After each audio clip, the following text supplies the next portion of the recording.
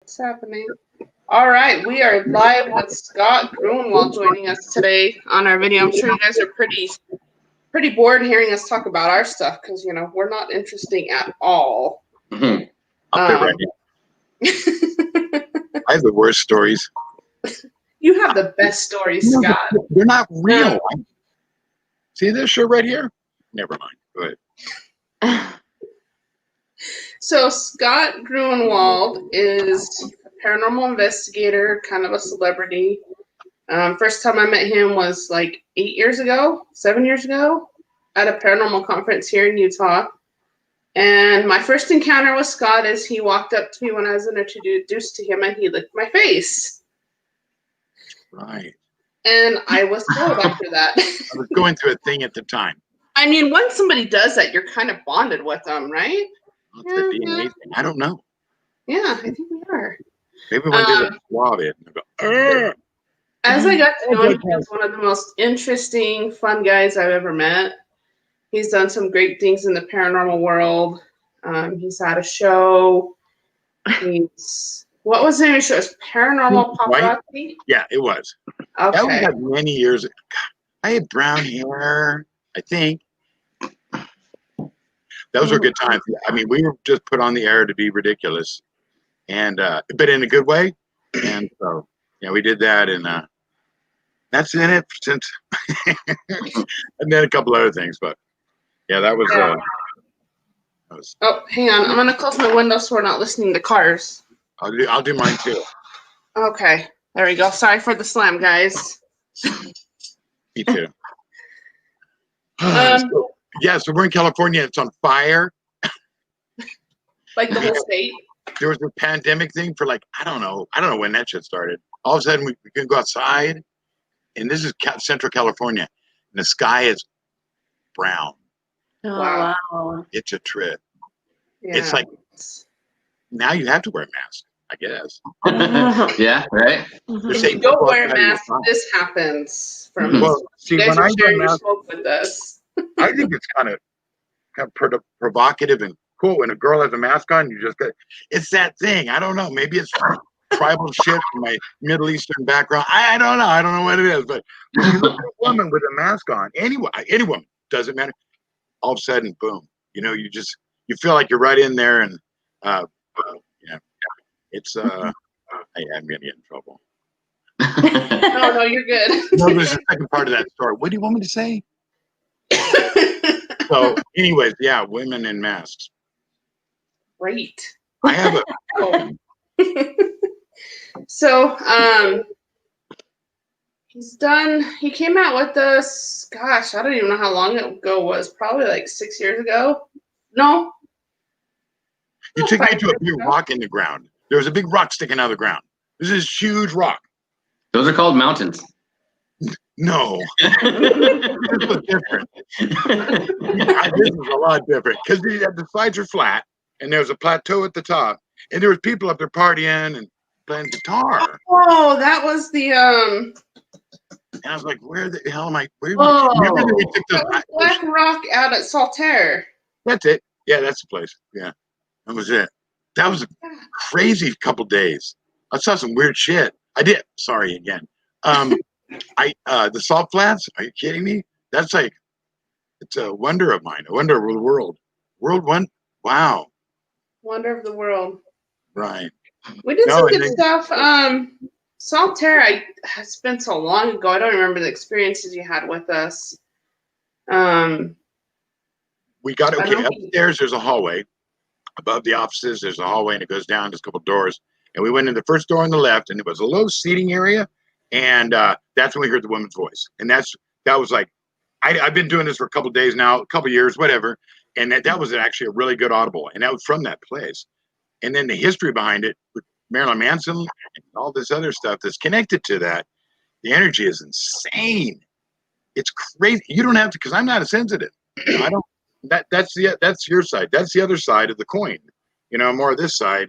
But that walking in that place, you just feel it. And I think we were all in costumes too. We were. Yeah. We were in costume. I was in the bubble wrap. I was Scott Gruenwald, I think. See, it was so much more famous back then. People were like, oh, if you wear a Scotch woman costume now, people are like, probably kicking you out of wherever you're at. But that was insane, and that was a good EVP. And that was there was a girl, a blonde girl with short hair, really dark around her eyes, that alive, that they're with us, and she ended up becoming a bartender or something down the road. I followed her a little bit on Facebook, Carol Ann or something. But yeah, it seemed to be around her, that the whole thing that was going on. And she also had some history with that place. She had worked there and different things. So I mean, if you want to find a cool place, and the homeowner, don't do residentials, but the owner of the place asked to tag along, absolutely, right? Or somebody that's connected with the place, because that's like, throwing meat to sharks in a nice they recognize him and probably interact with him throughout the day anyway. So I think if people that build let's say they're a tour guide, or they're what do they call those? A curator or something like that. You spend a lot of time at the place, the location. And you're right. I bet in the morning they walk in, hey, Bill, hey, Jim, hey, the names that she's put together with these spirits are him or her, and build relationships that way. I know, because I did it, I mean, perhaps even falling in love.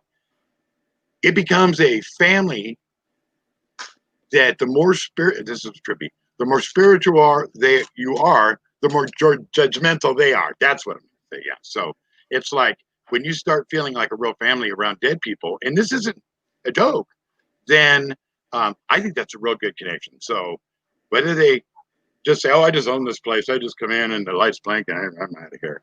And once you bring them on the place, they go, well, there was this one time. Or this happens to me all the time at this place. So hang cameras on those people. So what got you into the paranormal? My hair, really. Somebody, you look really scared. We want to put you in this scary. My parents got me into it. So by force, in a way. I grew up in a paranormal household. Hated it. Embarrassed. Twin. I have a twin. Both of us. Oh my God. Dad and Mom are at the car show with the cards and the turban and the big reel-to-reel and all that. We were mortified as 7th grade kids, right? We fought it. We didn't want to be part of that whole thing. Though they did really awesome stuff. I really respect them. It wasn't until years later when something happened to me that I went, okay, maybe. I got older and I started thinking, why am I fighting this kind of stuff? Because, I mean, even my grandparents, my grandma read tea leaves. My grandpa did his stuff, even though he didn't want to talk about it. It had to do with his battalion, or I should know more. The guys that were all dead that he used to hang with when he was young, and he talked to them. And so it's this weird lineage. Yeah. So that's where I'm at right now. And I can't get, I can't, I'm one of those people that can't leave the paranormal. It is here. My house is here. The kid that hung himself right there is. All the things that have happened here since 1964, when we all this was our landing spot for everybody, the family, and it was different. And so now there's just my immediate family living here. But all of us die here in this house, so I'll die here as well.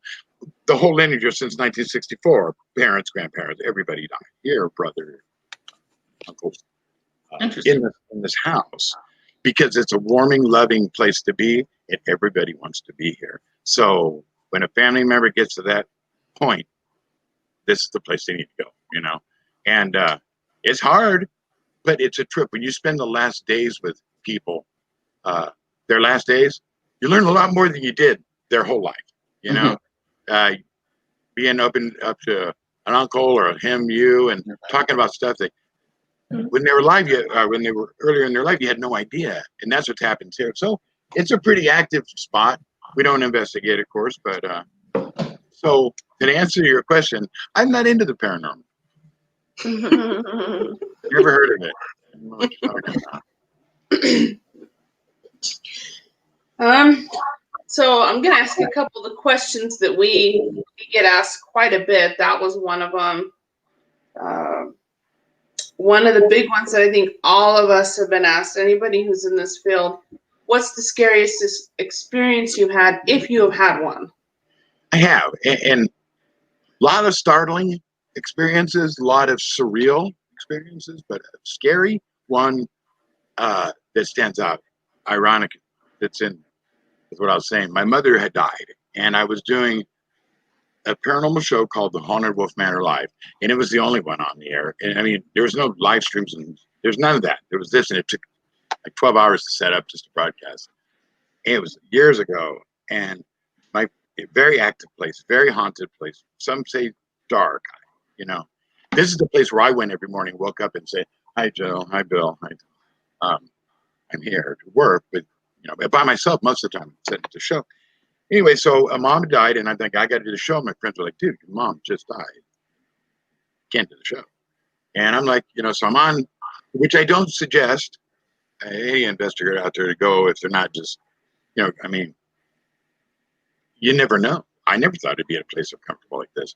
So anyways, I crawled inside a crawl space. I was going to jump out and scare a guy, the new crew that just showed up. And the password was Rose.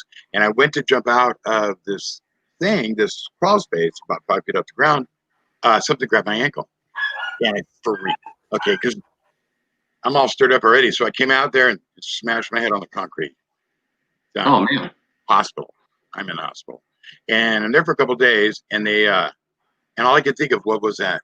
They grabbed my foot. Now I won't go back. I won't go back in this place. There's absolutely no way I'll go in there. I'm terrified of every name that I know, everything about it. It really made a mark until one day some guys talked me into it, of course, for a broadcast, to go in there by myself at 2 o'clock in the morning on Saturday night, crawl in that crawl space, crawl all the way to the back of the crawl space, but keep your camera on to go live.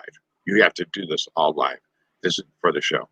And I'm okay, and back then it wasn't like we can get our phone and crawl under a hole. There was guys feeding line, from outside window, and we made our own infrared because there wasn't any on the market, so we had to build it. So, and I'm under there, and I'm trying to make good with whatever this thing was, and I get touched again. Now that's probably the only 2 touches, and the whole time I've ever really, except for maybe a figment of my imagination of being touched at any investigation anywhere where that happened to me, or I was physically touched, So, but this time I didn't fly out the hole and crack my head up. But I dream about that shit. And so it was probably the scariest thing that ever happened to me, apart from my kid running out in the street one time. That I lost everything on that. Car almost, it was, and this, and I have to think, okay, because some lady explained to me one time, she goes, maybe that's just your mom telling you she's okay, and she knows you hang out this place because it's comfortable, and she's going to jump in here and meet your friends that you've talked about for God knows how many years, and hang.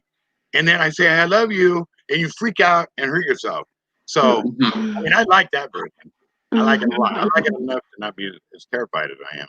That was it for me. I've had surreal, even hilarious, weird stuff happen on investigations that are just, I mean, not on an investigation, stuff. And it's some stuff that it becomes totally something different, like a party or perhaps a deeper investigation with a few people. And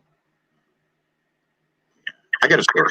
So I was in Salem, and we're doing an investigation under this tunnel under a t-shirt store. And they said this used to be a place where Samuel Adams and Thomas Jefferson and all these people stood right where I was standing at that moment. They told me that, and I was like, what? So it became that now. So everybody's into it. There's a brick down on the bottom. We slid it out, and we have our flashlight. Because over the years, maybe the historian guy said about 150 years ago, they had bricked it up for utilities or something to do something. So that's why it's all bricked up. The city uses it. But we could see a table in there and a coat and stuff with our flashlights, So we wait a year, and we go back, and we had built, it's not here, a robot that can fit under that brick and go in there, and you can see it on our phones, videotape, and see what's going on and control it. So we did that. We waited a whole year, and we sent this robot in, and it was looking at stuff, and we're seeing like just trash, really, but whatever, right? It's really kind of interesting. We go and it jams up, and it's stuck, and we can't get it out. It's about 20 feet in this hole, and we're watching the camera as it dies out on our tablet. And that was it. So a couple years go by, and we go there, and some other person owns a store, but they let us go down in there with another robot that'll pull that robot back out and get footage off of it. And in this time, I met this guy named Jeff Conkle. Weird dude, man. So weird story how I met him, but he lives down the street, and he's always over here, and he's always got robots. So we went actually in there, and we retrieved that other robot, and when we got it back, we have an image, and it's probably just crap. We don't know what's in there, garbage, shadows, whatever. But it's a pretty good picture of a person standing there out of their shadow, like a dark person. It's the shape of the person with the arms and everything on the wall. Probably nothing, but it came off of that, and we had spent so much time doing it. It's pretty cool. I'm going to email you that. Yes. But tickets are only $350, you guys. It'll get you to Boston and back. We'll go to that place. I mean, $350 round trip, each one of us. We'll go to that place, and we'll go in there with a bigger, better robot. We'll pull that. $350 to get to Boston? Yeah. Logan Airport. Really? Absolutely. Buy your tickets on Tuesday. Yeah. We can. What is it? Tomorrow. All airline tickets are boom on Tuesday. Look tomorrow. Google it now. Cheapflights.com. But yeah, we just do that all the time. We just did that to go down to Palm Springs to see what it felt like at 120 degrees outside. That's why we went. And it's exactly why we went. And we went down there. We stood out in the sun for about 10 minutes. And F this. And we rented an apartment and investigated. But yeah, we'll spin the globe, and that's a lot of fun. I mean, we've had, getting older now, but me and Jeff and all of us, we'll spin the globe or just put our finger on a map, you know. Oh, shoot, Mobile, Alabama. All right. Check out tickets. And now it's so cheap and so easy to do. It's like, I mean, $335. It's a lot of money. It is. It's a lot of money. But it's not as much as it used to be. It was 600 something. No. Wow. That I can do. That would be fun. Not me. So what kind of devices do you like to use when you investigate? Like what kind of equipment? Well, it depends on the investigation, but I love audio. Audio and audible. There's a lot of false positives and a lot of stuff with EVPs. They're really just recordings of something that you're not catching at that time. But live audio, doing live audio, I love doing that. If you can that's my favorite. And isolating that area to do so is another thing. We've been working on isolation not chambers, but whatever places that we could set up to investigate in there. And so anything that sort of takes out as much of this as we can. You know what I'm saying? This is all noise probably to them. Everything, you know. I think if we give them a place and it's comfortable to be in there, inviting, not like we're trapping them, that's the ultimate investigation for you. So we look for, we do white noise. We've set compasses with magnets around them, so we take the pull of the earth off of the compass, which is pretty cool to do. And so anything like that, compasses, reel to reel, if I had a good one, you know, good old analog recording.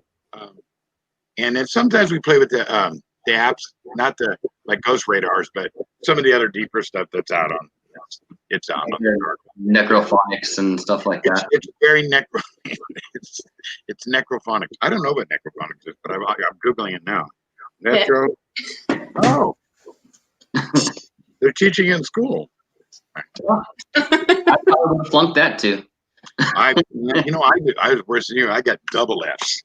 Yeah. I'm one down in you, bro. One down. No, I was horrible. But look at us now. Yeah. Living the life. Look at this. Not a lot of people live in this lap of luxury here. I'll tell you that right now. This is hard to mimic. Yeah. This is a memory of mine that they put on my background. When I was 15, I was sitting exactly in the same spot. It's weird because and I sat right here, and I had my little first computer out there, and I sat here and messed with it. And then I got the opportunity to meet the guys from Apple, because moved to high school, high. They came to our school, and then we kind of did a party thing with them. It was weird with a couple of them. But we saw the early computers in this garage. We got to see that place. That was cool. Me and my cousin, I think our pot dealer, and some guy that taught me speed dreams, which I didn't want to do it for that anymore. Oh, wow. So the other question we get asked a lot is, what is your all-time favorite location that you investigated? I like the Wolf Manor. That's fun.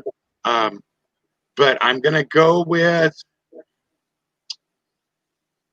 the Hawthorne Hotel, also in Salem. That's a great place. A lot of history, a lot of bitches. No, a lot of history. A lot of witches. Right. I know they're on the side of the fire truck. I mean, those on the side. Oh, there's some bitches there, man. No, so I mean, the mayor. Okay, so this is tea shop, and I had on my orange Lula Rose with my pink boots and a straight-looking shirt. And the mayor, I guess, or the city manager, whatever she is, and her dog. Oh, hi! I support gay stuff in my town. I'm the mayor. I'm like, oh, I thank you. I'll tell my friends. She thought I was gay. How could you think that? What would make you think that me wearing a straight-looking shirt with orange pants and pink furry boots would even look nearly as gay as it was? No, but that's how close that town is. Everybody judges everybody. It's great. You can walk into Coffee Joe's. I'll talk about them. Best espresso, and I know espresso in the world. I mean, in the world. Oil floating on the top. Never cleans the machines. Good, thick, dense, yummy espresso. Anyway, so he talks shit about everybody. You go in there, you have to listen to him talk shit, not to you, because he's always apologizing. And he's got the strong New York accent. He's like, fucking other guy down at the city hall, and I used to be a stockbroker. And he yells at you right in your face while you're enjoying the most amazing cup of espresso you ever. And he took a knife out one time and stuck it in the counter. We were all down at the end. The place is small. There's six seats. And it's me, this girl that's been in the paranormal for about an hour at that time, I guess. So he stuck it right next to her. And he's, oh God, I'm sorry. I need a moment. He goes in the back, and that's the last time I went in there. But Coffee Joe, right there on whatever street that Hawthorne's on. Check it out. I don't know if I will. Yeah, you should. It's not really.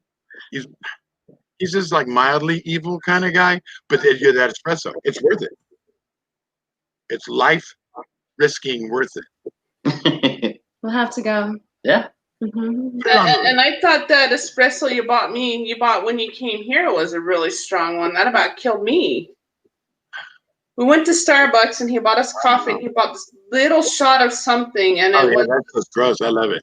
Strongest thing I have ever tasted. And if you guys know me, I take coffee with my creamer. Yeah. Oh, that's right. You took a sip. I took a sip and that was Yeah, so that's really gross. chest. It's pretty gross, but it's really strong. These other smaller places, Mon Ami in the beach, Pismo Beach. There's a place in Huntington Beach. There's a couple places that I have on speed dial. Those are the places I bet I've tried it everywhere. I mean, it's gallons of espresso. And I've got my favorite spots that are worthy of an airline flight just to get one. Worthy of traveling. That's how good it is. That's how much fun it is going there and almost getting murdered by the owner of the place. Have you guys ever been out to Boston? No, want to, but haven't. It's on my list. It's just stay in Boston by the stadium there, and you can even get high enough on the stadium. I don't remember the name of the hotel. Right on the edge there, we can watch the game going on down there, and you can open the windows all the way. You're like on the 12th floor, and everybody's like, "Jump!" People are horrible, man. Especially in that area of Boston, it's amazing. I love it, and I mean these people, they're ruthless. And catch a game, $20 in the stands. Watch Red Sox play, and hopefully against the Yankees. Because you're never going to do it. You're never going to do it. I never was going to do it. There's absolutely no way I'd go to a Major League Baseball game. Yeah. Blew me away. Just blew me away. And now I love it. And that hotel, if I remember right, it's like $100 a night. It's not bad. It's like you could probably do the whole weekend on $1,500 and go down to Freedom Walk and do all that touristy. Oh, you can get to go 3T in the Bay if you want. There's a tour. I should work for Boston. Yeah, seriously. You're selling me on it. But at night it gets shitty, but it's great still. So we had someone we have some comments going here. They want to know, I haven't experienced or even heard of either of these, but have you ever heard of aquatic or astral investigations? A product? Aquatic, like water. Oh. Okay, so many years ago, there was a show called, it was Jason Gowan's project, and it was called The Ultimate Paranormal, I can't remember. And they studied that. And there's a theory with holy water, if you want to use that as a thing, that if one drop, you can drop it in a gallon, as far as the Catholic faith, and now you have a gallon of holy water. I'm sure that some of that water has made it into the ocean, therefore spiritually, right, holy water. So it's probably, we'd be good under there, right? But then you got salt, and I think it's sea salt that we chase ghosts away with. I think it's some beliefs, or they put it around their house. So that's not a good thing. So it probably under the ocean, not. Now, in a full swimming pool of somebody that may have drowned in there with scuba tanks, yeah. Everybody should do that. Drown with a scuba tank? Yeah. Oh. Yeah, because then you're not in holy water. Unless there's a captain about chlorine, then you'd be fucked up. I mean, messed up. So, is that what you're talking about? Underwater investigations? That's what I'm thinking. I think that'd be fun, but I think it's a freshwater thing. It's just something, you know what I mean?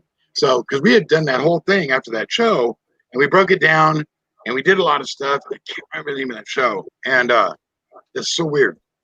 That we came to all these things, and that was people commenting, about, well, isn't holy water, doesn't react this way with regular water, and all this stuff was going on, and it became this kind of thing, and so, and I don't know if anybody's done it, but I'd like to try it, at least at a house that's haunted, or a 5-star hotel with a bunch of women from the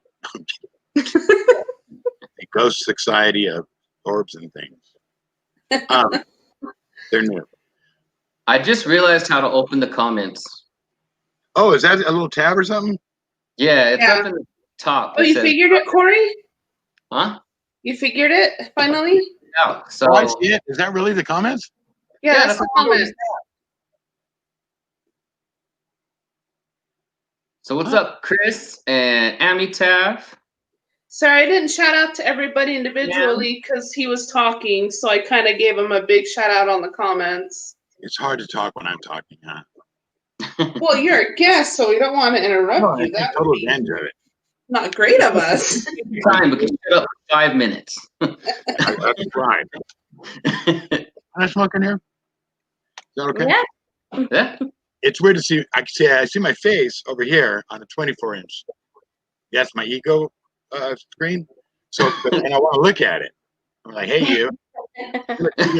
Video show. But I have to look at this where I don't really see anything.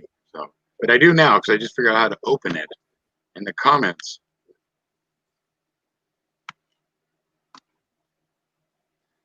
Sorry, it's taken forever for us to for at least me to figure out the comments. I just figured it out. I have an account on this thing. Jeff does. I'm afraid to touch any buttons. Yeah, there's quite a few of them. Have they actually heard voices where the Titanic sank? I see that. Beef 99. With Beef 99, hit me up later. So do they hear where it was sank underwater, or do they hear them? That's what I would think. I mean, maybe you're passing that body of water and you can hear stuff. Well, if the energy happened above water, I don't know if it would. Residual? Yeah. Because I mean, that's a lot of panic and a lot of everything you have, everything in your body to survive comes out, just comes out. You know you're going to die. It doesn't matter anymore. You can yell, I love Britney Spears. You can do anything. It doesn't, anything you want. Yeah. I do love Britney Spears. I know there's a Titanic museum in Branson, Missouri. They investigated that. Yeah. You did? No, some other people did. Yeah. And they had, they got quite a lot of evidence. It was pretty interesting. Did I go there? No, I don't think I went there. No, I think I saw it on TV. They went there. Yeah, Ghost Adventures went there. I think Zach went there. One of them. I remember that. Yeah, they went in there. I think I remember that. I remember the Titanic. The only one I've seen is the one in Vegas. So Amitov wants to know how you deal with attachments. Do you get them, and how do you deal with them? How do you handle them?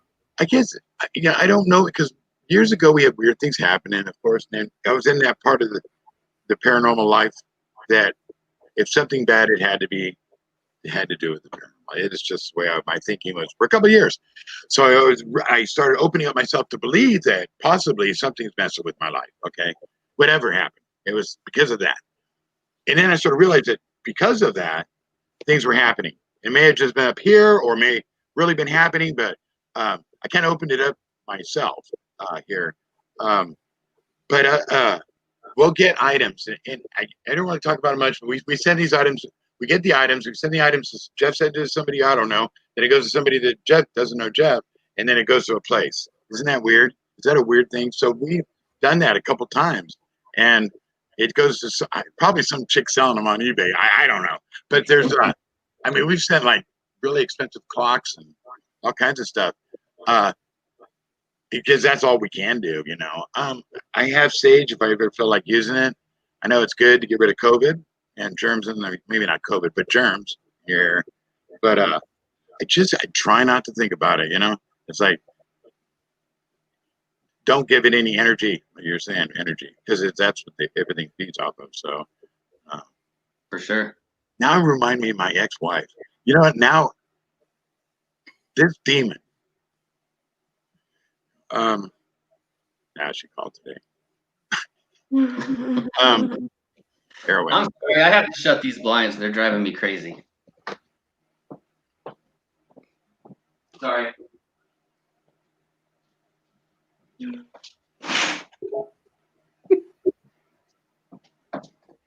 Got him. Sorry, that felt like my neighbors were staring at me or something. It was weird. Oh, the ninja thing. Right? Yep. You can be like really smiling. Yeah. Well, that also happened last video. We hadn't even started going live yet, and this weird guy walked by, and he gave off like he was outside in front of my house, and the whole time he walked by the house, he stared at me in the window. It was enough that I had to get up and close my blinds, and he just had that feeling. He reminded me of like a serial killer. Is the feeling I got, just that horrible evil feeling. So Sam was already in bed. Stupid me should have went and said, hang on, guys. I need to go tell my husband about this. But I didn't, and I went on with my work. Yeah, it freaked me out all night. Didn't sleep all night. Still freaked out the next day. Text Sam, tell him about it. I'm like, I want to watch the camera because we have a camera on that part of the house. Sam says, well, I'll watch it when I go home at lunch. And he texts me and he goes, you don't want to watch it because he looked creepy. I'm like, no, I want to see it because maybe it will ease my mind. And Sam says, no, his face looks like some weird paranormal video. Some of those ones that we see on TV. And I watched it, and we realized he had a mask on walking up the street, and he had taken the mask off walking back down. So he went up the street, killed somebody, threw the mask in the garbage. How are you? You have the perfect shot of him. Yeah, yes. Don't call I say that. So Chris has a question. That's it. He says, is there a location outside of the United States he would love to investigate? Is LA? Yeah. No. California is its own country. It is, with a big brown umbrella. Mob. Really. Mob lives matter. We live under this weird thing, man. So it's so weird because first the pandemic. So also, I mean, this is a great movie, right? It's a great movie. I mean, all of a sudden, nobody can go to their house. Dun, dun, dun. Like, we're social people. We want to see other people. And so they go, well, if you keep doing that, you're going to start murdering everybody in the world. Everybody dies, you know. So we do, and we wear masks. We do it. And being in California, we pretty much have to wear those zip-up bunny face things with a full respirator hose thing on the tank. They're like mask Nazis, and they stand in front of the store and they yell at you. Yeah, there's no videos about that. That's what we need to put on YouTube. Mask Nazis. Yeah, that's their job. They sit there and they try to hand you a pamphlet and they scream at you. And kind of cool, really. I'll send you a video. I'll get one tomorrow. I know where they're at.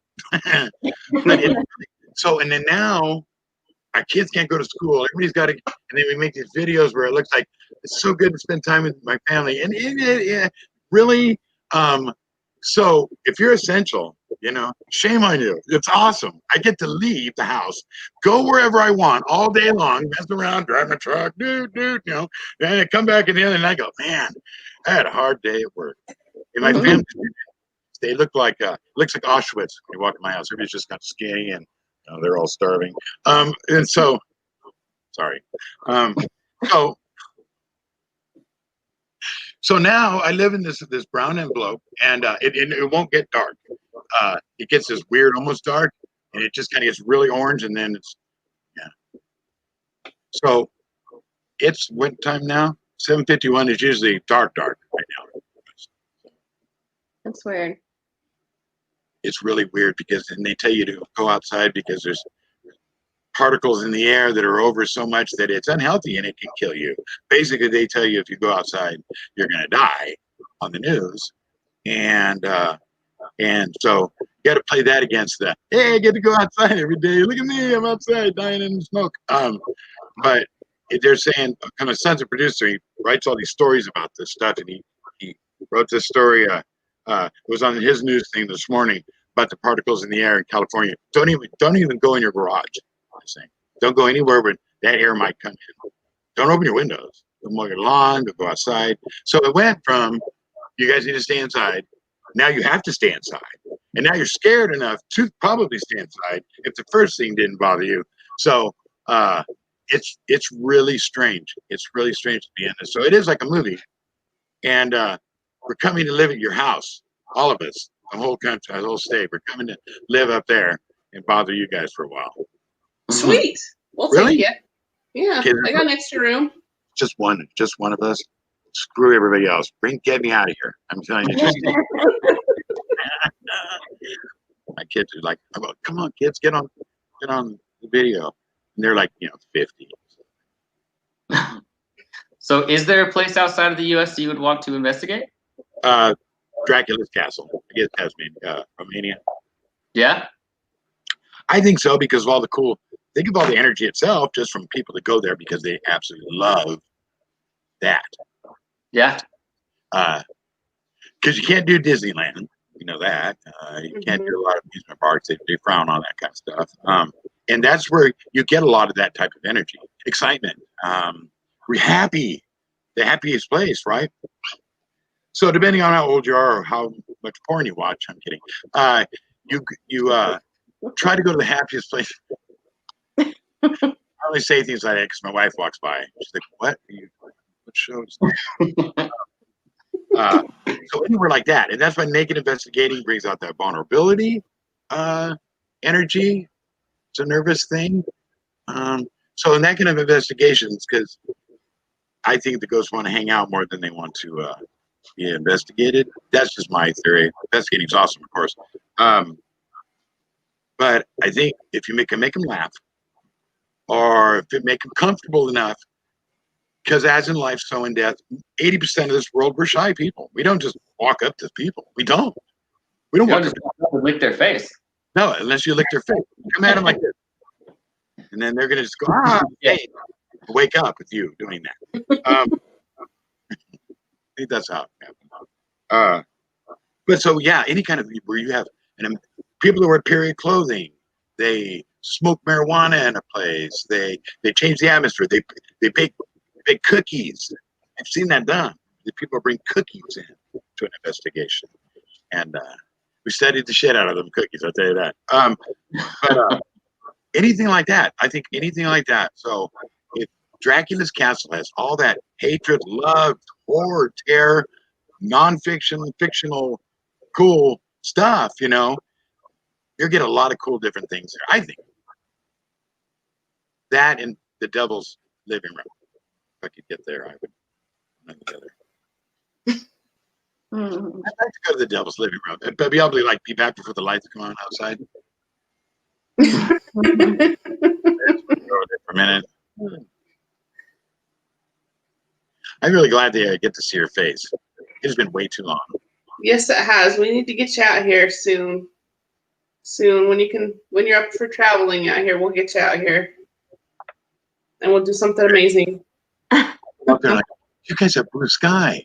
Oh my God! No, we don't. It's kind of. Look where I'm at. You guys have smoke too, huh? You guys are sharing your fire smoke with us. You're welcome.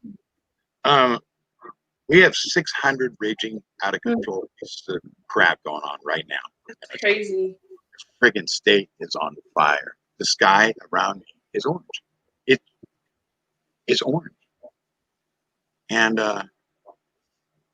you have to think, I live on a county island. We're agricultural people, but we're in a suburb-ish thing going on.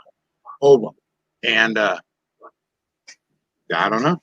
You know, you never know. I wake up in the morning. I woke up this morning and there was 1 million acres. 1 million acres burned. 1 million acres. That's a lot of acres.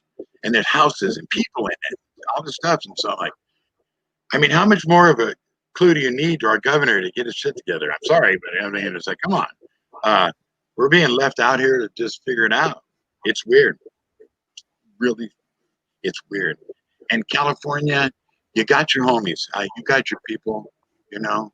And now it's becoming more of a like, I don't see my people as much. Not because I'm an asshole, because I'm that, but no, I mean my neighbors. I don't see them. Every Saturday, everybody's mowing their lawn. Yeah, that's the kind of neighborhood, this little neighborhood I live in. I don't see anybody. Or we see them sporadically from car to house. And so, yeah, so it's strange and different. And I just, you know, and I think we did some stuff for, I'm not going to say, but we helped out the Kids Foundation. And kids are tough. I mean, kids they're tough. They know what's going on. They're adapting. They're way ahead of the game before they even know it. And you know what I mean?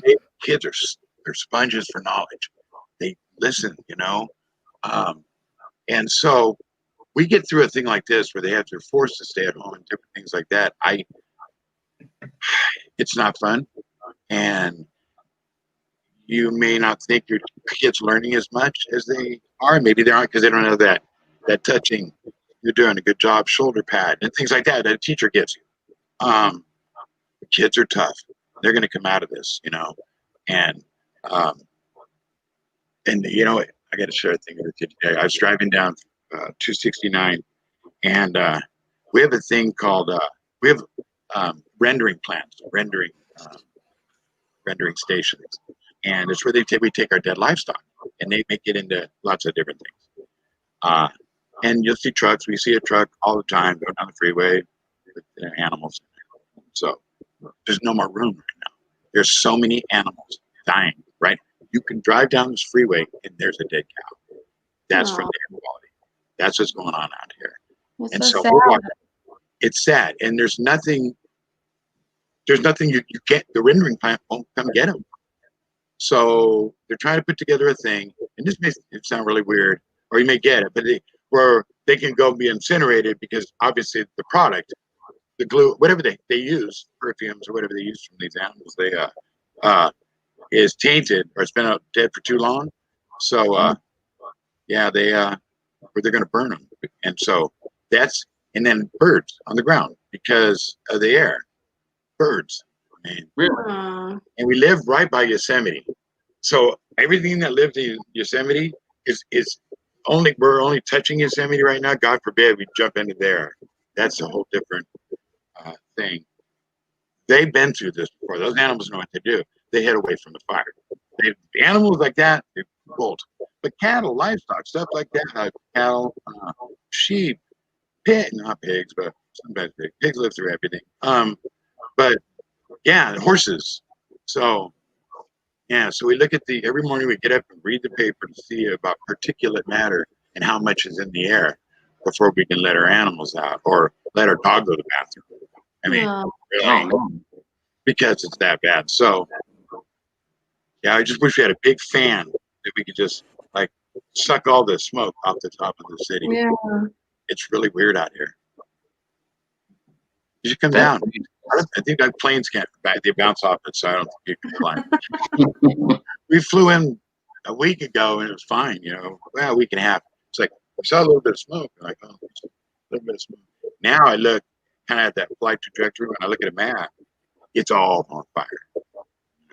It's everything. We have 21,000 firefighters now. We have people from Canada. People are flying in from Australia. Oh, wow. Because we did it for them 2 years ago.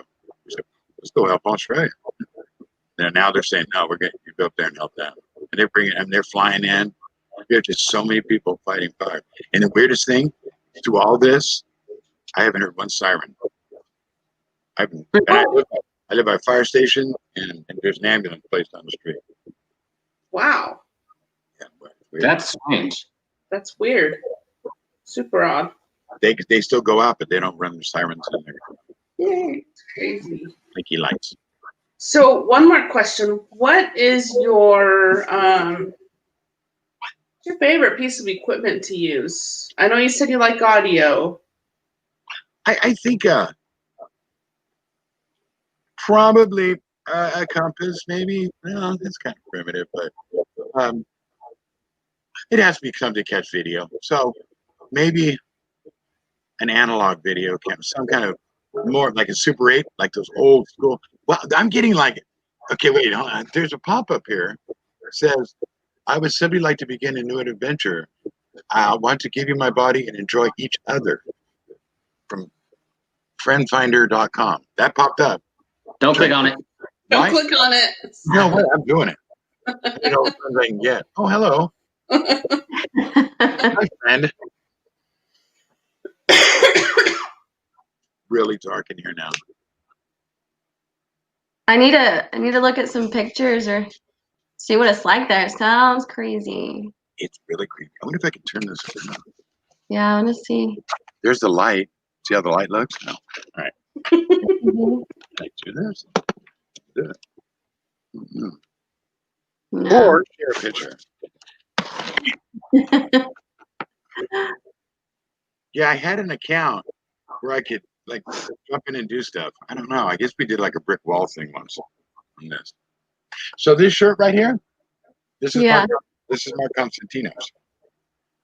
Oh. Yeah, all these schools are. And for the people who don't know, can you kind of explain who he is? Yeah, it was tragic thing that happened years ago. There was a couple, and they were the most amazing thing.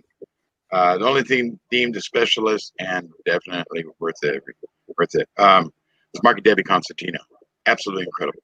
Showmanship, stage, television, everything perfect. She's on. Hair's right. I mean, he's the guy. I mean, it was amazing. They had this amazing connection as husband and wife who would fight while they're doing their presentation. They just fight, argue, and she'd always win. And it was really a cool thing. Alcohol, parties, things change people, and the relationship changed, and it ended with Mark killing her, and then himself. And I remember hearing that. It was. I was being piped in. We were doing a project, and they stopped. They go, stop production, stop it, and they piped us into this Channel 2 Reno news thing. And this is, let's just say I knew him, okay? And I'm watching it go down on the outside of the apartment, the live broadcast. We think we heard gunshots, the whole thing, And I'm thinking, there's no way, absolutely no way. And the more I started thinking about it, because I think about it, Mark and I were close, and Debbie and I were close, but Mark and I were like the guys, and for that to happen. So right after it happened, I don't know what to do. I don't know what to do. I'm not going to talk about it. That's for sure. I'm not going to say anything about it. It's just something that I can't talk about, And so because I'm really good friends with the family, Mark's family, and then I'm like, I just, you can't. What do? You just don't do anything. That's what you do. And then I went to their house in Texas. I went to Sandra Constantino's house with Chris Fleming, and I'll say their names: Rowan Braxton, who else? Patrick Burns. These are legends, or I like to call them legends in the paranormal. These are the guys before this generation, maybe, which includes me to your guys' age. And they're really good at what they do, and they're very spiritual or very scientific about it. We were able to go up there and try to contact Mark with his sisters, and I mean, it was crazy. But it was what they wanted to do. I found it, and I don't, Facebook Live, something like that for attention. You just don't. You just do your thing, right? And I guess I got mad. I got mad, and then I left in the morning. I think I escaped. A friend of mine had picked me up and took me to the airport, and I flew back. And I've still been friends with the family. But when I was there, Sandra gave me some of Mark's clothes. He didn't, he doesn't need his pants. So we did a memorial, and I had to wear all that stuff. He was smaller than me, but I didn't care. It kind of looked funny. And that's all we could ever do, being on the side of the bad guy, so to speak. That's he killed her and then himself. So it's hard to be that. No, it's not. I'm not gonna say it's hard to be that. It's absolutely easy to be that nice to a family that loved their kid a lot. When all that went down, everything just kind of changed, And we have a lot of changes in the paranormal.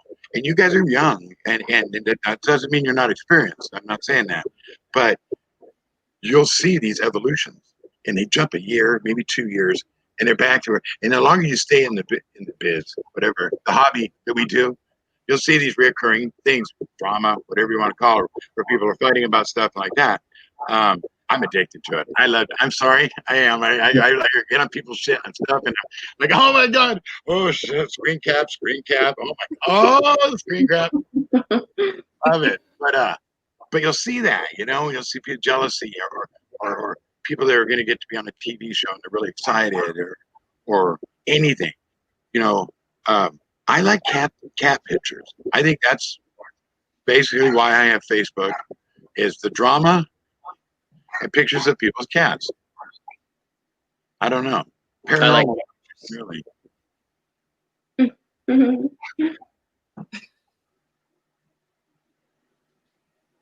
So he just has great hair. I do. I'm sorry, you're right. Look at this. I mean, would you look? Right? I can do anything, right? Yeah. I'm going bald, and I'm only 33. Embrace it. There you go. See, embrace it. I'm serious. I'm ready to embrace it. Do it to the skin, brother. All the way to the skin, man.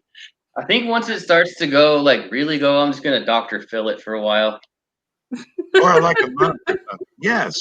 You can do that. Well, all this, because I'm around the public, I go into people's businesses. This all fits under my baseball cap. So really, I kind of got an okay work, thing going on.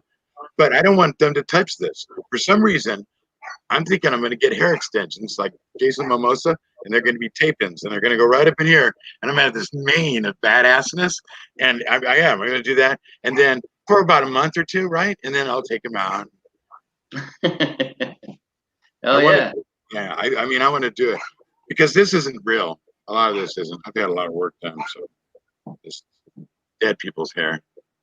Now that's a whole other topic. Dead people's hair. That's what the extensions are made out of. Oh, I Yeah. didn't know that. If you want, I'll tell you right now. If you want real hair gray, they're dead. They take the real gray hair dead. Now people don't make gray hair out of blonde hair because it's worth a lot more money. They just cut it off dead people and sell it to people that have gray hair. Imagine I don't get these young kids going out and dyeing their hair gray. It's like, honey, wait another 10, 15 years and you're going to have it. Don't bring that stuff on. I did it. It's probably high school. Like, made my hair blue, gray right here. There, and I could go into liquor stores. I look like a complete fool. That's what I look like. I think they feel sorry for me. Go, man, this kid's got to get drunk. It was weird. When I was a young person, we would stand outside the liquor store and wait for the drunkest person to walk by. Hey, man, buy us some liquor? Then they'd spend their money, too. We get all the liquor. We go home. What happened? Which is weird because in irony, it happened to me a lot of when I got older. So I quit drinking because I kept losing things like ring, my wallet, dignity. Dignity. No, I had like 6 drunk drivings. I'm like, but back then, it wasn't a lot of times. Now it's like life. You get like 6. You get like 6, you're already a baby killer. You're everything. You're a horrible person if you drink and drive, which should be because a lot of people die that way. But back in the day, we just drove drunk. I mean, it wasn't a thing until people started running into each other. I was wondering the same thing, Chris. So, do you have a fan going in your area, Scott? No.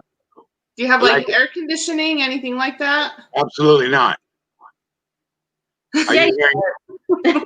Okay. I'm in my garage and it's 112 with particles. I have to have a fan on. Can you hear it? Okay, good. Because I'm watching that sleeve move behind you. Go back and forth. Yeah, and Chris asked that too. Yeah, that's definitely the ghost of Mark. No, that's definitely. Do it again, right? No, okay, do it again. You asked it. Look at that. Isn't that amazing? That is amazing. We need to document that. That would be cool to have Mark on with us. I remember when that happened. It was a big blow because I was friends with people here in the community that knew him very well. I never had the pleasure to meet him. I know they were good at audio, and that's what I like to do. I like to listen to audio, analyze it. I tell my team, you guys can give me all of your recordings if you don't want to listen to it, and I'll sit and listen to your recorders.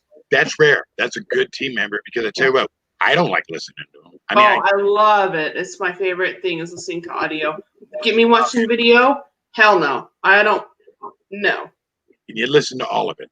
Yep, I'll listen to all of it. Any audio anybody sends me, I will listen to for them. I just love it. I can't sit and do that. I mean, I'll look at a picture or something, but we have a good audio person. I don't know. I think he's sketchy. My audio guy, I mean, I give him like, I don't know, a file that's like, I don't know, 3 million terabytes long, and which is a gazillion, I think. I don't know what it is.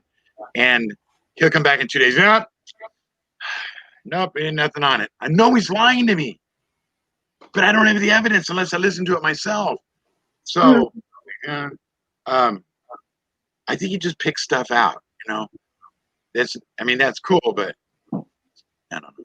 I don't want to do it. So, but if you like to do it, people like to look at video too. They'll stare at it like this. Oh my God! Stop! Back up! Rewind! Back up! Oh my God! Yeah, there it is. We did that. We had at Saltaire, we have a camera system now. And this last year, when we did our October Saltaire, we had cameras up, and we had them up. We got there Friday at 7 or 8 o'clock is when we started them, and they went until because we had Friday and Saturday night. They went until like 1 in the morning that Saturday night. So they rolled for over 24 hours. And I remember Friday night we brought on one of our friends to watch, and she did a great job at it. Unfortunately, we forgot to hit record. Huh. So, yeah, it was it was on the coal. Nothing paranormal about that because I've done it. You're going to play the end of the tape, and it's like, okay, listen, guys, now you're actually recording. Yeah. Exactly. And the next night I was sitting in that the VIP room, the staging room where we keep all of our stuff. It's Now, got was the that big long table in it. No, It's I to do remember that. the I do remember that. the stage. I Did you have sat in there a hallway? cameras for 4 hours, and oh my gosh. That hallway is what I would like. That small hallway. Do you know what I'm talking about? The skinny. It seems skinny hallway. What floor was it on? Second or anything higher. It was up. Oh, I remember that one. Yes. There's like a flat area, not a common area, but a big. And then you kind of there's a couple steps or something. And there's this hallway right there. That's where you're. That's right while in that room on the left, right there. That's where we. And it was like, and there are other people investigating. It could have been a giggle, but it was more like somebody right there talking to us, like I'm talking right now to us right now. Talking, that's and we were like, ooh. And I ran, like I always do. I tell you what, ghosts are rare, and when you see one, or feel one, or touch one, or whatever, yes, it. People, even I said it earlier, it's surreal. No, it's scarier now. It'll really get you going, especially if you've been into it for a while. The longer you're in it, the scarier it is because you think you get used to it. You're Mr. Tough Guy out there with the ghosts, Hey, ghost, what's up, ghost? And then something happens, and you're like, help me, somebody carry me out of here. We saw a guy, and he brought this girl with him on a tour, and he was like a football player or something, and he paid for the 10-person tour so he could take her into Wolf Manor and ask her to marry him. It was the whole thing down in the basement where all the TV shows, everything, the scariest place in the world. We get down there, and I'm walking him through, and I'm doing my bit, the same bit I've always done. He's just waiting for the moment we hit the bottom of the stairs, and it's I mean, you never get used to it. And that's right by that crawl space. And he goes, I'm going to scare her. I go, dude, don't. I mean, that's your money. I wouldn't. He goes, I'm about to scare her. They didn't say anything. And then she's like reading the room, like I'm feeling one here, I'm feeling one there. Because that's where he brought her, because she could do that. And we look back at him. He's standing there in peed his pants. This arrogant guy that just marches in there with a couple grand. Let's do this. Girlfriend. Whoop, whoop, whoop. Smash the beer in front of the house. Comes in, pees his pants. He says, there's faces all around me. And she goes, fire in or whatever the hell's name is. We had Kate carry him up those stairs, her and me. She's screaming and freaking out. I'm right behind her, I mean, I'm screaming and freaking out too. We dragged this big old dude. And once he hit the night air, he's like, oh, hey, whoa, oh, shit. Oh, man. What? And I'm like, there's no way that guy would have just done that. I mean, just not that guy. Me, Corey, I mean, somebody would take it that far to be scary. We would do it, right? I might even shit my pants just for extra. No, it was really strange. And so he gets in the car. Get in the car. Get in the car. He tells her. They get in the car and they were peeled out and threw rocks all over the house. And that was one of the coolest things I think I've ever seen in the paranormal. All my cool stuff has been surrounded by that mansion they tore down. So people coming up and say, "What'd you do to my wife?" Whoa, dude, no, I'm locking the gate. I had to make sure the house is empty. I'm leaving, bro. See this guy, and he's got his friend, and they're gonna kick my ass at the front gate. I'm blocking as fast as I can. I'm gonna get my shit. I've been doing this. I've been there 14 hours, and I got no time for this punk, right? But he said, woman, here, blonde hair, blue dress. She talked to you. You're a tour guide. You went in that room right there, and something told her, blah, blah, blah. And I'm like, oh, fuck, man. Well, she's freaking out right now because he thinks it's at the hotel with him. I'm like, oh, fuck. It's hard, bro. I mean, it's just a show. It's just what we do. Got in my truck and I drove away. That happened like 5 times. Not just that one time, like 5 times, 5 separate times. Car comes up, dude gets out. What you do to my wife? We're down at the hotel. She says things following her. Okay, 1 time was scary, kind of. 2 times was weird. 3 times, I'm just screw you. But 5 times that happened to me alone. I don't know. The other tour guests a few times. And something does something to them at that location. Now, unless they have a secret society of people that go on fake and scare a guy, locking a gate. I mean, I don't. I mean, we're talking a couple black families. We got a couple white families. We've had an Asian family, and there was like 30 of them rolled up on me. It wasn't funny. It was like a boom.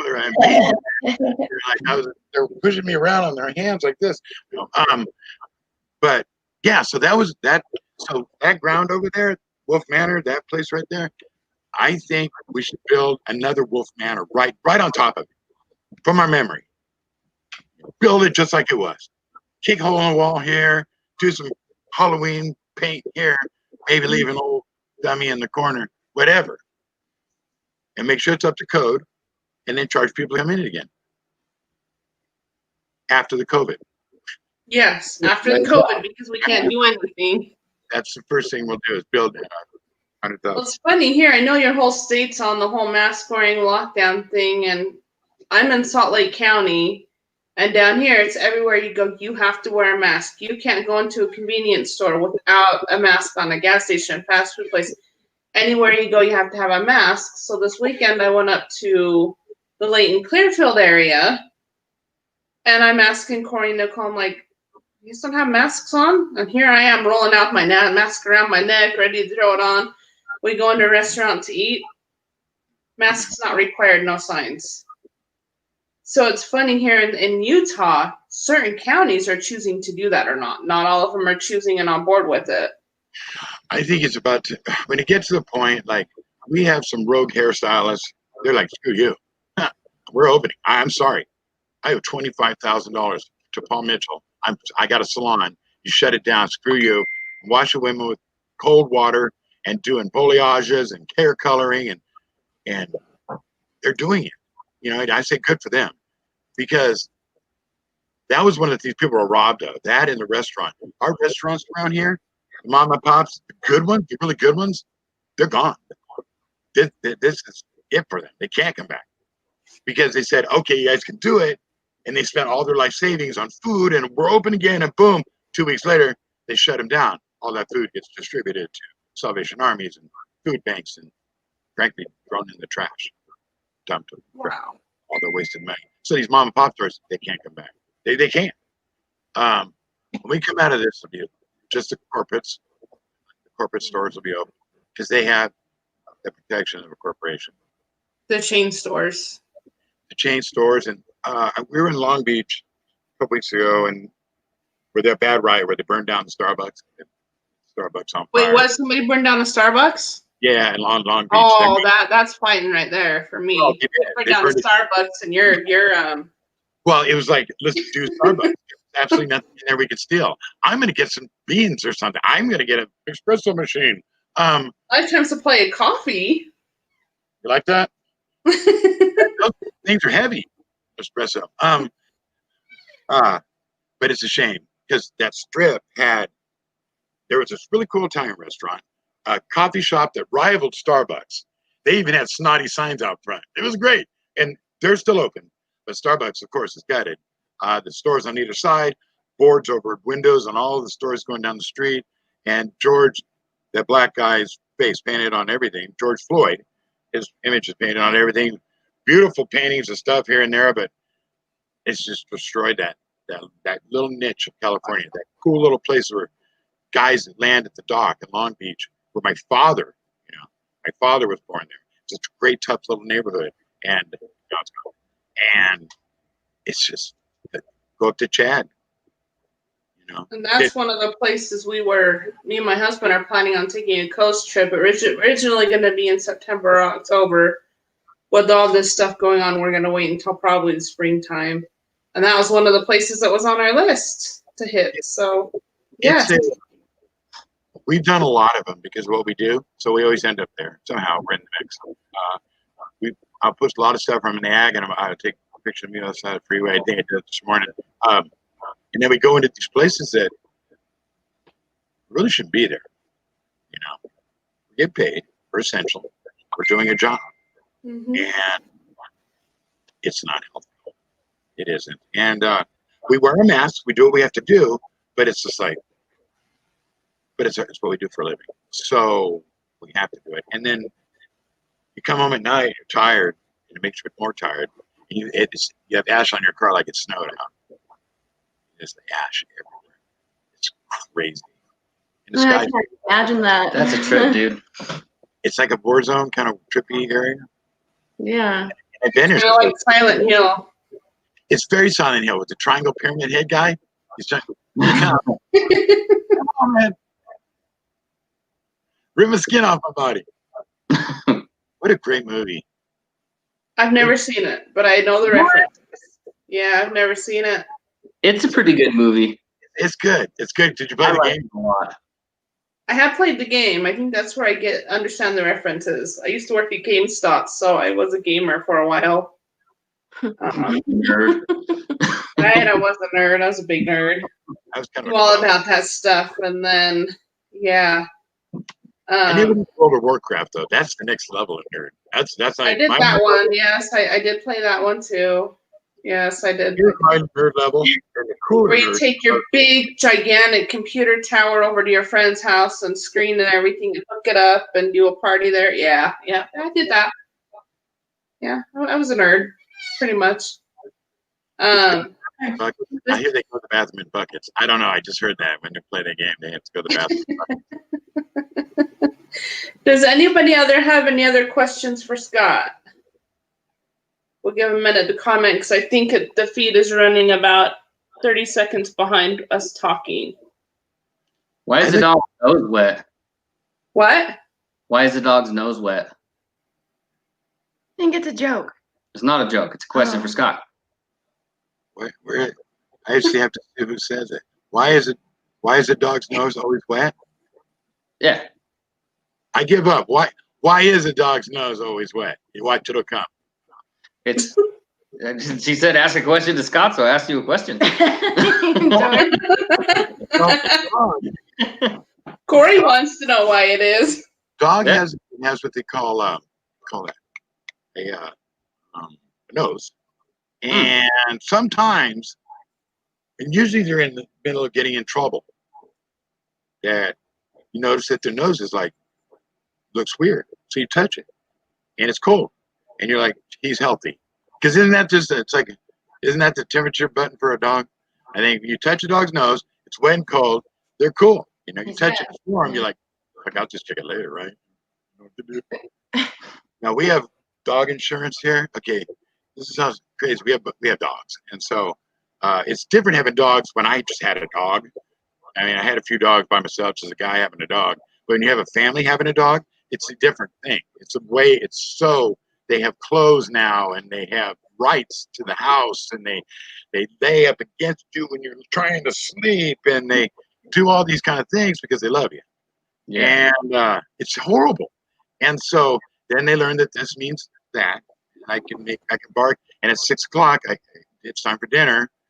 And our dogs do really well. It's prepared for them. We have a chef fly in from Italy to prepare every night. Nice. No, my wife and my daughter take the dishes out. They take handfuls of this and a little bit of chicken that they boiled earlier. Every night they get boiled chicken, and they have a little bit of crunchies here and whatever. But it's a thing. It's a Cobb salad. It's like a dog salad, right? And I'm looking at it and then they go, "Oh, here's your dinner." I'm like, damn, well, maybe one of those. But they eat really well here, and they all have their own beds and collars and personalities and all that kind of stuff. So they can't go outside. They hate it. That's a bummer. Like, what do they do if they have to go potty? Well, that's when they go. They all come and they go, "Hey, man, you got like 20 seconds. I got to get out of here." And I can know their look. And so I just open the door and stupid, yelling, dog talking, running out there, throwing each other and jumping in the pool and turning on the faucet to play with the hose. Yeah, one dog turns out knows how to start the water out of the hose. So it's a madhouse here. It's like a daycare. And but they're learning how to be unruly and have no manners, because when people come over, they jump up on them, they sit on their laps, and they do that weird head thing where they lick your face and all that. Yep. What kind of dogs do you have? I don't know. They're like a mix of all. They're just rescues, just a bunch of different. There's from Chihuahua looking thing to sort of demon, busted up teeth to a little furry one that ironically is the only dog we ever paid for. I mean, we've done the adoption, but we paid like $800 for this hairy thing, Billy, and I'm down about $2,700 on that dog, dental, different things. Yeah, and the ones I got for free, Cooper just wandered in my garage. I shut the door. He lived in my house. He still lives there. That's my baby. We tore down all the signs, help us find baby. It was great. So total Criminal Minds thing. You're my child now. But and then we have Dixie, which is this big, beautiful, shepherdy looking work dog that's bigger than like, I don't know, just shepherd size but black and white. Very smart, turns on hoses, does things. And then we have a visiting dog that's my son's that has no manners whatsoever and knocks over baby gates and just doesn't be in the house. Just out of control puppy. And and then I have some kids too. I have my babies and then I have kids. No, I think through the apocalypse, I'd have to eat the little one first. I would. If we had to get eat the dogs, I could start with the little Chihuahua because then it'd be like just get it over with and see what's going on inside there, and then I could eat the other ones. I think. All we have is a extremely old little tiny pug. She's the cutest thing ever. Cutest little thing ever. Oh, they're adorable. She wouldn't even be a bite. Like if we had to eat her, she would be hungry. You're really hungry.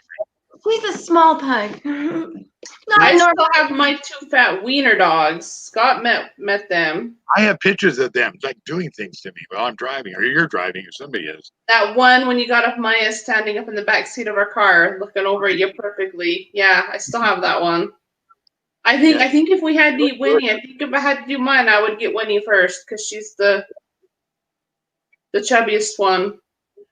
Yeah, I think we were talking about it the other night. We had a family meeting, so everybody gets to bring up a subject, and that's mine. Which dog would be first if it just gets down to it? So just get it on the table right now. And it was weird because all yelled out a different name. It was we were like, whoa, everybody named because each one of these dogs has a person that lives here, a special person, a daughter, the wife, son, dad, and. You're not eating my dog. Well, I think because I'm the dad, and the dad has to make decisions. And in a situation there's as horrific as an apocalypse, I would. It's like shooting your own kids to be cool to the mafia.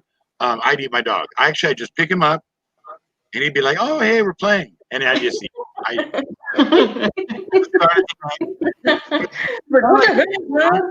would go at him. I would hold his little mouth shut. And I go, now what? Oh, this little discussion took a interesting turn. It did. I'm glad that we're all on the same page that we're willing to eat our dogs if we have to. I would. Then I'd go to family members. I wouldn't. Are you gonna eat me? I think it'd go family members first. I could do that. I would eat a family member for my dog. I wouldn't eat you either. I would just. I wouldn't even think twice about that. I would totally eat a sibling over a dog. My dog would survive over them. Oh heck yes. But I throw my siblings in front of a bus to save my own life. So I get that. I'm with you. I'm the same. Yeah. I would just go find someone. Because it's weird. Yeah. I would find somebody else's. I started looking for dogs now. Just kind of, hey, what's the name of the guy? Just. And then when it gets down to it, just a rope, maybe a noose, and hook them over the fence. Bring them over to your house. One to the back of the head. Anyway. Horrible. What are you doing? Daisy.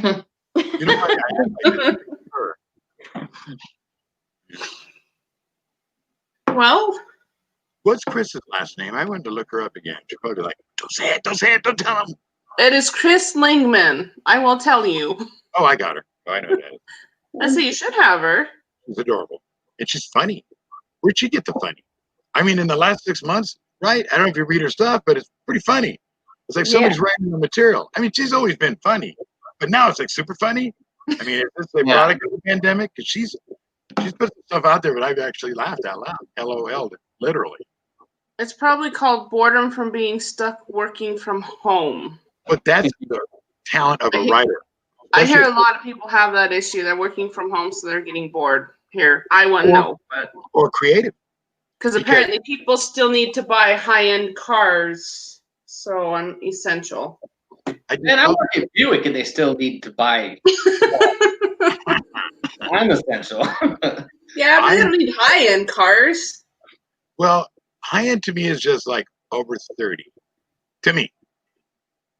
Yeah, the high-end cars I deal with are like are over $500,000 cars that we sell, if not more. I can't you get a Ferrari, you know. You could rent those down in LA. Really? Corey? Yeah. You walk down Rodeo Drive. You go. Sick cars. It says rent me and a phone number.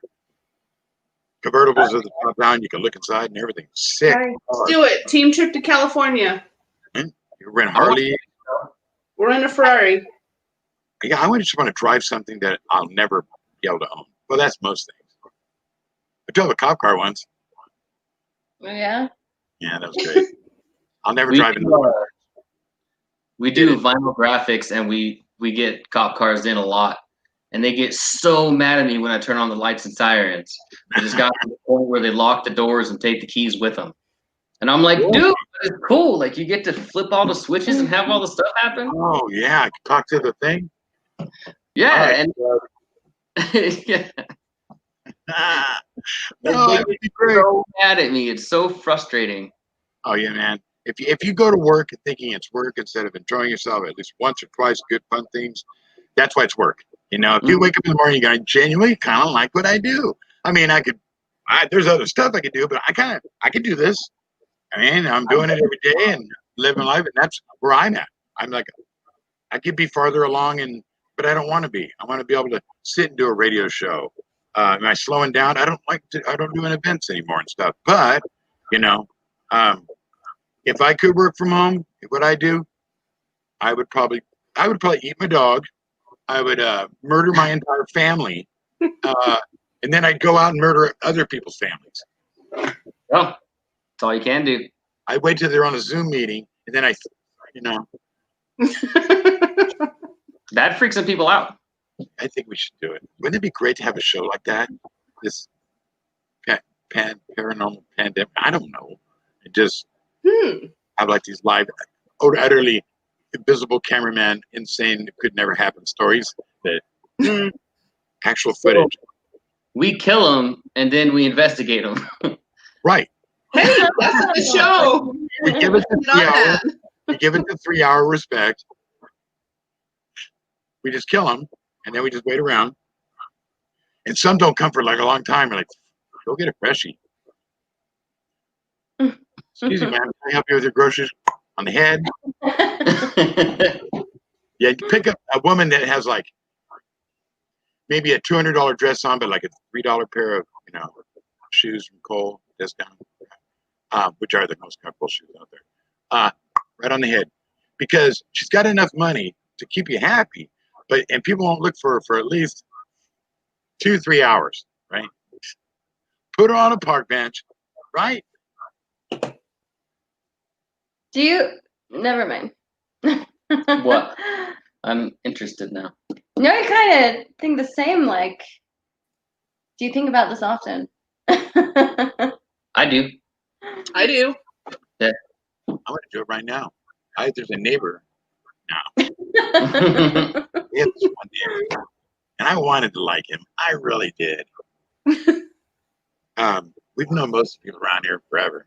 And then he moved in, and you hear guitar coming out of there, drums sometime. I'm like, oh, cool, man. Maybe. And then he comes out, and he has like this drum set thing he's loading up, and he's like, hey, how's it going? He goes, what? What? That's all he had to say. Fuck that guy. Oops, sorry. Screw him. I'm the king of this neighborhood. I was out rolling out a welcome mat by just saying "sup, sup." What? His dog's looking pretty delicious right about now. God did it. I can make a cat taste like yellowtails. No, he's just like, and it's got a real. I think he's like a V6 Charger. That's me. But he's got this real throaty thing. He fires up in the morning. Like, dude. So I guess it's only a matter of time before we have the front lawn talk. And I usually bring a couple other old guys too. I don't go up. That's how I met the other old guys. Like, getting my ass kicked right. Go talk to him. We talked to this one guy. He's like, I'm out. Done. We're leaving. We don't like it anyways. We're out here. All right. Let's see. Well, I don't have any more questions. I know enough about Scott, so He's a spending complex. a whole weekend with him was freaking amazing. I will say that, and we hope you're up to travel and you'll be able to get out here with us at some point again. We have to do it. Yeah, we have to. I saw the weirdest stuff. I saw weird stuff. You You did. showed me some weird stuff. We went to that. I don't know what it's called. Some big, beautiful thing. The Mormon thing, was it? It was the. Oh, the temple. The temple. And got to wear the pair horse shirts and model out in front of it. Boom. Pair horse shirt. Right there. Sacred, I think. Yes, if you want a Parahorse shirt, look him up. He'll get them for you. There's a couple around here. I have one. I actually have 3. I have a tank top, a brown one, and a black one. You got a brown one? Yeah, I got the last brown one. That was for that event. I think we had like a handful of brown ones. Mm-hmm. Because I've seen pictures and memories of people with the brown shirt. That's what it was. I can't fit into it now, but I got it. Again, I have some extra smalls. Size. I might be able to fit a one leg in that. I'll send you 2. Okay. Well, we'll see. Just send me your size. I'll see what I got. I got it somewhere around here. Okay, cool. And I've been giving them away, using them for rags to take the oil in the car. I wear an XL. Same. And an XL too. The regular pair of Same horseshoes. here. You guys have to send me pictures, of course, so I can put it all over it. And provocative, like really. Oh yeah, I'll pose, man. Up on a rock, bro. Just like what? I'll be wearing just the shirt, bro. Yeah. Just wear just the shirt like this. Yeah. And then we'll have like a little right down by where your privates is. It'll just be a little act now, but like act now. Yeah. I got it. Oh, goes right to our website. That's some good advertising. And then it go right to the how to buy a pair of horse shirt. Mm-hmm. Just touch the act now button. And if you put Corey's name in the discount thing, they get free shipping. All right, extra large. Cool. So what haunted places you got up there to look at? The same old, same old. Can you get into that big place again?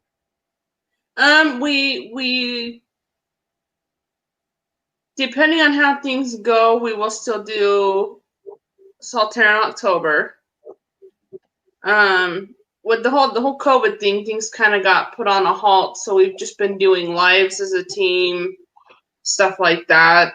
Down here in Salt Lake County, if you do events, you have to keep it under a certain amount of people. They're required to wear masks. We're going to attempt our first one. I got to follow up with them, but it's the Fort Douglas Military Museum. We've been there quite a few times, and we have that booked for September 19th. I got to follow up with them this week to see if it's just that they're open yet, because they've been closed. That's the weekend. Hey, are you going to sell tickets, or are you just going to investigate? Depends. Let me know. Okay. I like that weekend a lot. I could do something to get up there. Remember that one time I put down that I needed help to get to Utah? Oh my gosh, and everybody paid for you. It was the second Paracon that we had here. I remember that. I said, don't ask any questions, bro. Just donate to Scott Gruenwald again in Utah. Fucking I think if you came up for Oh, that, nice. we would totally sell some tickets for sure. That was Just fun. a couple, not that many. We'd probably Wow. sell a handful of them. Probably not even that if they would go. I'm not either. Yeah, there's a. Yeah, I like that weekend. See what you can do if that Okay, can happen, what's up? because that's the weekend that I'm getting away. And so Okay. we're talking today. Where are we going? We don't know. That's my getaway weekend. So Okay, cool. I'm gonna follow up with them this week, and I'll let you know. I mean, if not, we can find another location that we can do. it's creepy. Chris Harmon just said he can get us up to Fielding Guard Ranch if he can come up. How far is that from the closest airport? Where is that at? That's on Well, we Antelope, would drive you up there, so I mean, it's not that far. like maybe an hour from the airport. Yeah, I've never heard of that place. That place is pretty cool. We investigated there on Saturday. I don't know. Maybe we can let's work it out. I'll talk to maybe we can do a 2 for that weekend. Maybe do one Friday night and someone do one Saturday night. As long as Fort Douglas is still there. If not, What's the closest airport? the Salt Lake. International. Cheapest is Provo, but closest to Salt Lake. Provo. What about the Provo's Ogden? like 3 hours.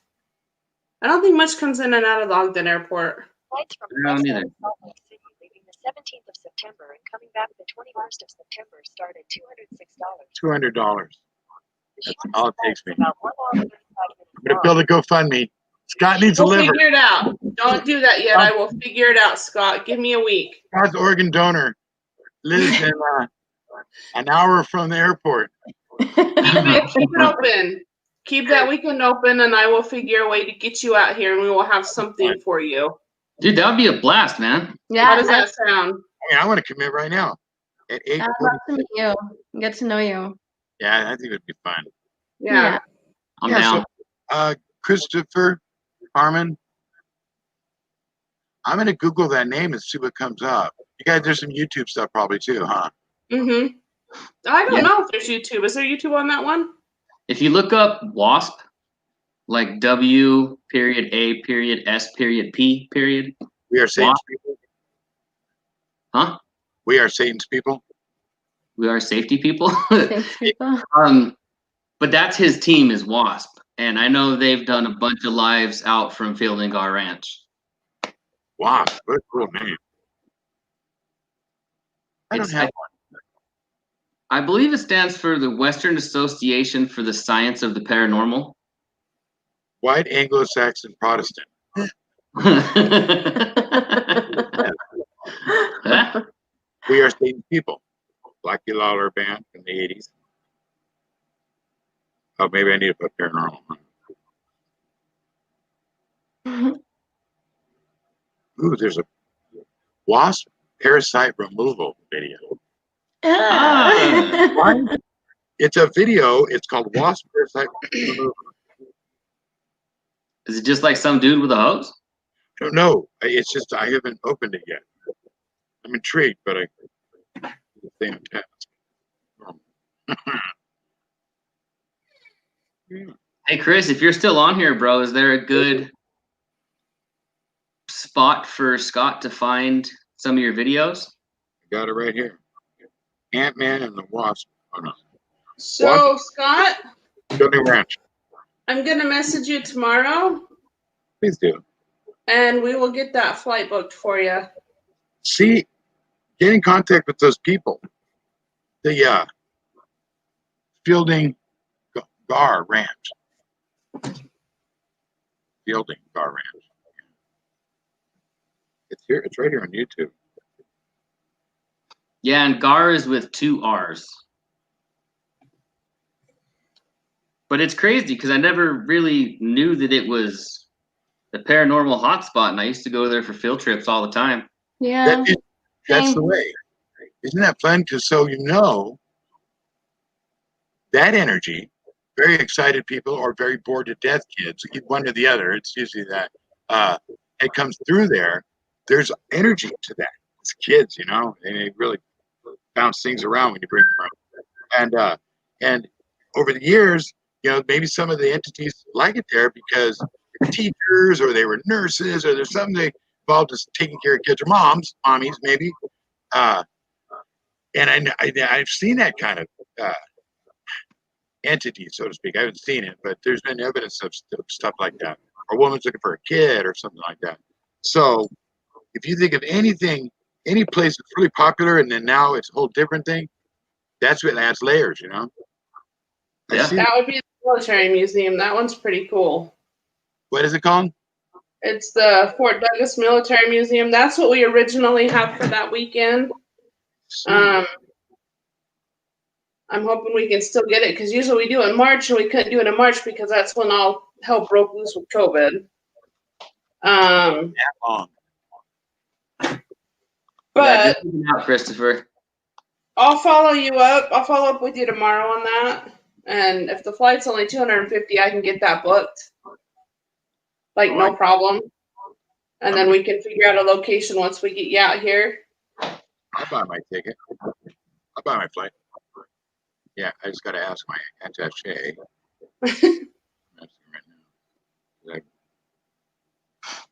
Well, if it's only $200, fly all of us out there. Yeah. You guys just hate I it. don't know. Come out for the sun and surf. Yeah. Oh, yeah. If you go out, I'll meet up in LA. It's cheap from here to LA. if you go out on the sand, they'll shoot you with paintballs. It's bad here. Okay, so it's kind of weird because the building. Okay, so some of these haunted locations are over 100 years old, meaning they went through the pandemic twice. Okay, the first time really horrible, 1917 or 17, whenever it was, people were dying. They were using these hotels for like triages and hospitals and in the schools and all that. They lived through that pandemic, and now and I don't know how many people were lost at these different locations from that, but there were hospitals, so I imagine quite a few. I mean, that was a big deal. Then we go through this, and the fear is there, and the energy is there. It's horrible. It's a horrible thing, but I think that just amps up, and there's nobody like on these streets. We're ending up in these little towns. No, not little towns. Major towns with nobody on the streets. It's filling up now, but I mean, we're talking. We would drive out, and there's nobody. I mean, there's nobody. I saw videos of the freeway and stuff. It's like there's no traffic, nothing. Yeah. Another essential or drug dealer going by, thinking that they're cool. They don't look anything like a drug dealer. Yeah. Essential. They're a nurse or a doctor, brain surgeon, or something. Now I got into it with a guy this morning on the freeway. Damn you, essential! I don't know what it was. It was something like that. But now everybody's doing it. They're like, yeah, you know what? I ain't dead yet. I mean, right? I can go out there. And we're still like running our food through UV lamps and doing scrubs in the garage. I mean, we're still like, wow. Yeah, my wife's elderly, and I got pre-existing conditions, and we're a mess. Man, I think the kids are just waiting. They're like, yes, maybe we can get the house now. I think so. They're all slowly sliding a wheel across the table. Right. Father, Yeah. here's a cherry cheesecake. I'll just leave it right here. Would you mind putting it away for me? Yeah, she's killing me with the best food I've ever eaten. My daughter's. So we'll get you a cherry cheesecake when you come out. Got it. It'll kill me, and then you can use me to investigate me because I'm coming back. And I want to. And people are like, you know, when some people get a lot of guff for like when Lorraine died, and she, everybody's like, let's go investigate it. And everything. Oh, that's cold-blooded.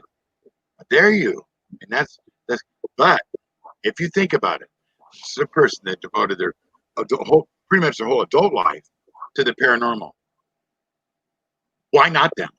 Right? I mean, if it's just a movie star or something, but I mean, I got to tell you, if I have enough energy to just hang on the planet for 10 minutes, man, you know, or whatever it is, just I got that time. I want somebody to be there like, are you a child? You know, yes. Oh, I don't know. Am I? I don't know. I'm dead. I'll be telling everybody I'm a demon and like all this crazy stuff. I can't. I will be a good ghost. I think all of us here would be good ghosts. I mean, there's stuff we could do. I'm telling you. I would do. People that picked on me in second grade still holding me right. Bless you. COVID. Cute sneeze. Oh my gosh. She not do anything that's not cute? She's adorable. She is. Holy She's cow. That was cute. Her sneezes are cute. Mine, you hear it from, you probably hear some in California when I sneeze. Like, oh, that was just Lydia again. Like, that wasn't an earthquake. That was just Lydia. Better So out. I think we're going to sign off. We're going to end the broadcast. Stay on with us for a minute, Scott. Don't end yet. We're just going to end the live broadcast. We want to thank everybody for joining us. Hopefully you had a great, interesting time with us. Invite your friends to subscribe. We've got Tamara from Crohn's Hollow tomorrow. She's going to talk about how paganism ties into the paranormal. And then next Sunday, it's going to be, or Sunday the 30th. I'm getting my days mixed up. It's going to be Jimmy Lynn Darling. She's a demonologist, a cult. She's got all this wealth of knowledge. So you don't want to miss that one. Be sure to subscribe. We want to thank you for watching us, and thank you, Scott, for joining us and entertaining our fans and followers. Thank you for the support, everybody. Yes, thank you so much for the support. We appreciate it. Bye. All right. Until